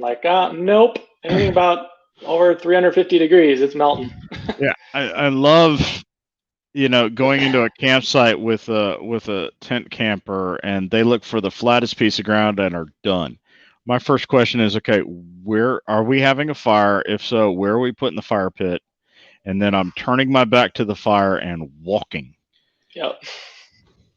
To find my rig site. Yep. So I've also had people ask, "Is the hammock waterproof?" I'm like, "Nope." I've seen. Is the bed in your house waterproof? I don't know. Yep. So, it's water resistant. It'll do a little bit, but yeah, obviously you're gonna need a tarp. Yep. Not to tease those people too much. No, but is this a safe place? This is a safe place. Oh yeah. Yeah. The tarps are very waterproof. Yeah. Yep. We are a bunch of Americans around here. We're drinking whiskey. We're telling lies. We're telling truths. D-Grab says there are only vegan cannibals in the U.S. So that makes it a little bit easier on me because I get a little bit of extra fat and belly around the midsection. So, All right, everybody. We are down to about the last 10, 15 minutes of this week's podcast of Hanging with Pickl and Mike, even though Mike decided not to show up. So we are chatting with Danny Warnock, owner of Superior Gear. Is there any last questions? I mean, G-Webs did a pretty good job of derailing the train with the cannibal question. So we're glad we kept it on tracks as long as we did. Thank you, Danny, for being such a gracious guest. It's fun. Thanks for having me. Hey, man, thanks for coming. You're welcome anytime. You're welcome on the Gear Report page, on Tar Heel State Hangers. If there's anything that we at Gear Report can do to help you guys out, let us know. Thanks. If there's anything that we can do as Tar Heel State Hangers, please let us know. We should have you drop a Superior hammock. Come on, send it, ship it, put it in the mail. 30 degrees, going to be a little warm for the summer down here in the Carolinas, but you know what? I've sweated through worse. How about flip it upside down and sleep on the insulation, and then you'll get some intentional cold butt. There's an idea. Hey, yeah, because just, force decompress the insulation. It's an interesting thought process. Does that actually work? Have you tried it, or is it just... I haven't tried it. Okay. I haven't tried it, but I'm sure that will completely work. Okay. I mean, I guess it's still a little more insulation than a single layer hammock, but yeah, there'll be some there. I don't know. I think that'd work. You could try it out. Might be. That'd be an interesting thing. Sleep on the insulation to cool off when it's too much warmer than what you're planning. That's definitely an interesting thought. I have to give that a shot. Let's see. Yep. G-Webs and G23. I'm well aware you guys were looking for the gun reference to stop the cannibals and the bears from eating me. Well aware of it.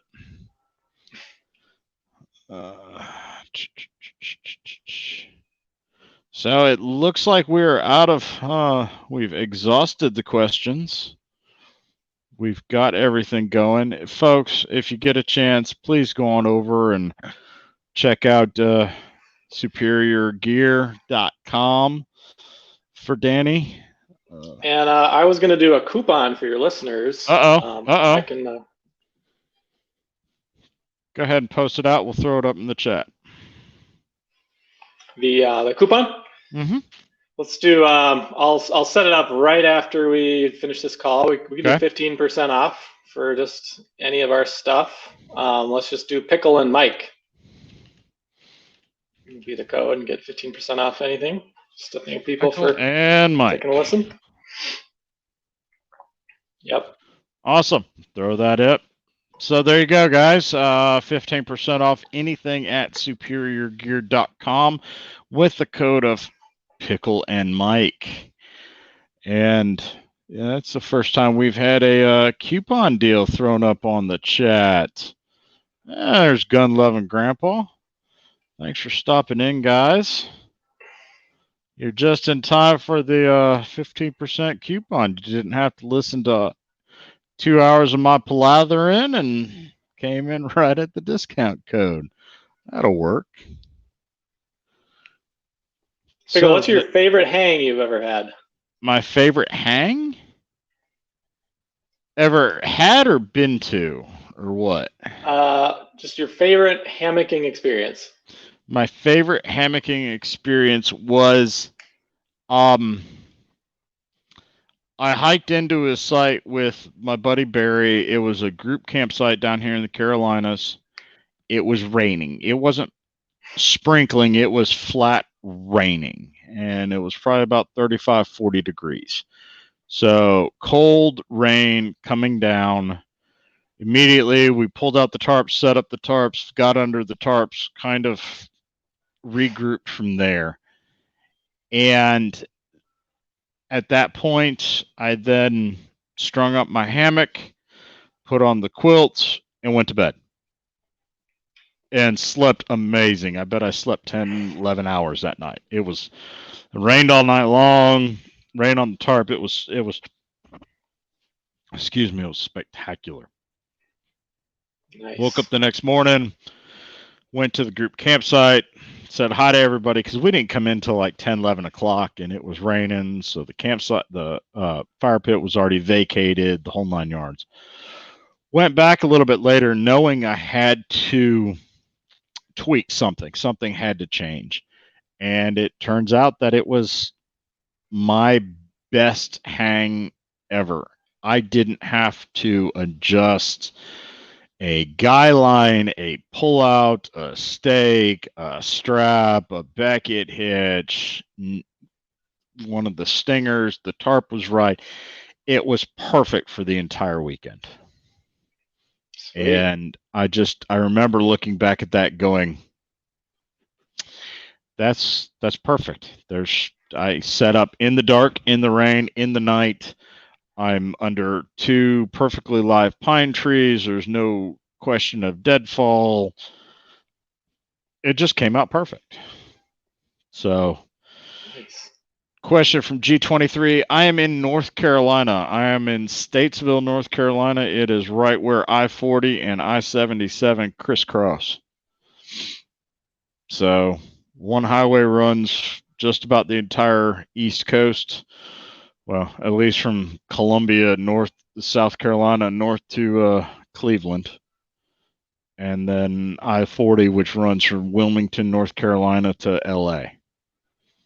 So I am right there at those crossroads. Nice. What about you? What was your best hang? Oh, man. It's been a lot of good ones. I mean, the frozen butt hangs were both that I've been to were great. Getting down to minus 38 was pretty great just to be able to do it. I think maybe my favorite was, and for me, hammocking, I'm thinking about hammocking and I'm thinking about pictures, like trying to get good photos of the product and showing it in the wild, what it can actually do. And so there was a trip, we were actually in Mesa, Arizona, about maybe 3 years ago.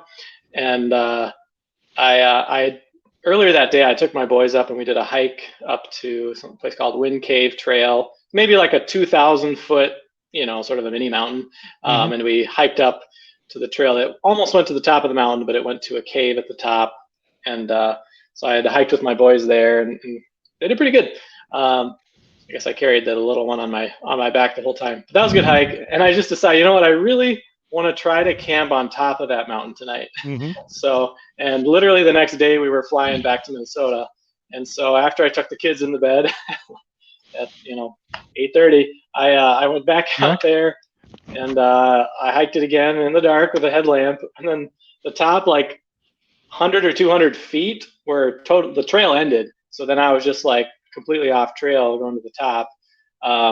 And one part, it was like almost like rock climbing, which I don't know how to rock climb. So that was a little scary, but I was like, I really want to get up there and get like an amazing, like panoramic morning shot. And hopefully I can find somewhere to hang. Like there weren't trees. So I was like, hopefully I can find some rocks. And so I got up to the top and it took about half an hour to find a spot with rocks that would work, but where the rocks were tall enough and there was a gap in the middle. Right. But finally I found the spot and I slept there and set an alarm for just before sunrise and had a good night's sleep. Like I knew it wasn't going to rain and there weren't bugs, so it was nice to keep it super light. Just the insulated hammock, just my top quilt, and that's all I had to have. Nice. Into the stars, and then I woke up and got some really sweet photos, like a gorgeous sunrise. So that was a good adventure. That was one of my favorites. Wonderful. Slightly crazy, but worth it. Real quick, we got a couple more minutes. What was the biggest hammocking mistake you've ever made?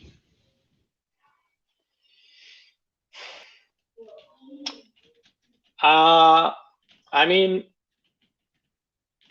it might have been that first trip I did where I, used the sleeping pad and Mm-hmm. the bug net part was fine, but just not having an underquilt, um, was definitely the biggest mistake.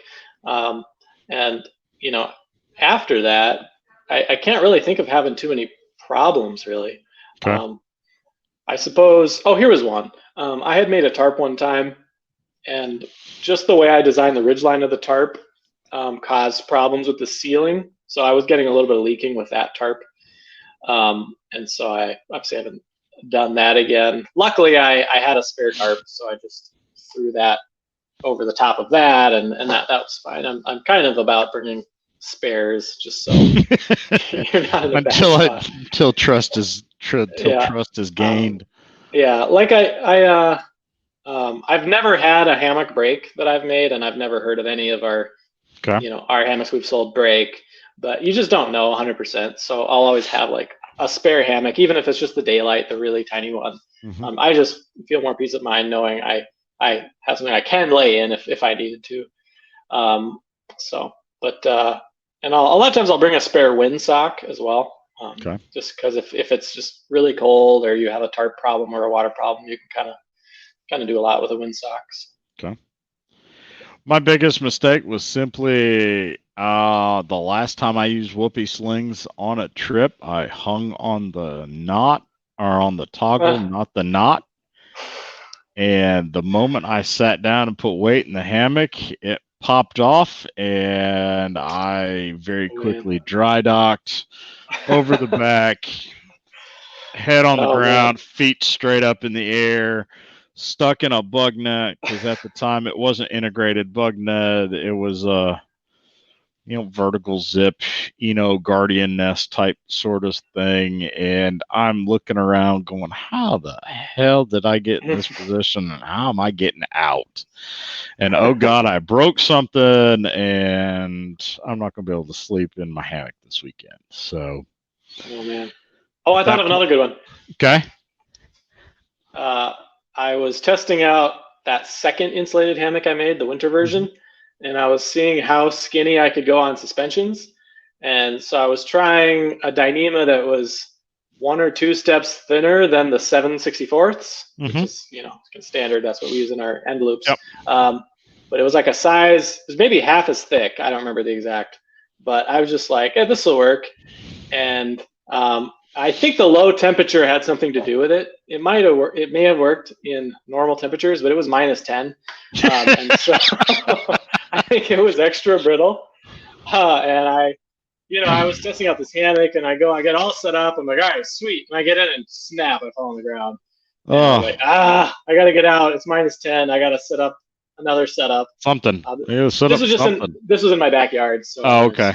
One of the house got stuff, but right in the that still sucked. Yeah. So don't go thinner than 7/64ths. That's my recommendation. All right. I was done. Well, Danny, thank you for coming on. Folks, thanks for sticking around and hanging out with us tonight. I just wanted to say, thanks for being part of the Gear Report family or the Tar Heel State Hangers family. Keep yourselves safe. It looks like the states are starting to slowly open up, and we may be through this whole COVID-19 nonsense, or at least seeing the light at the end of the tunnel. So keep your friends close. Keep checking on your friends. Us camping people, we're not doing real good right now. We need that outdoors to keep our minds right and safe. So check on your friends. Even check on the ones that you think they're fine. They weather everything wonderfully. Check on everybody. Tell everybody that you care. Keep your family close. Keep your friends closer. Get out in the woods at some point and take a breath of fresh air. And until then, I'll catch you on the flip side. Yeah. Thanks, everybody. Thanks for coming on board. Thanks for having me, Pickl. Good night, y'all. That's it.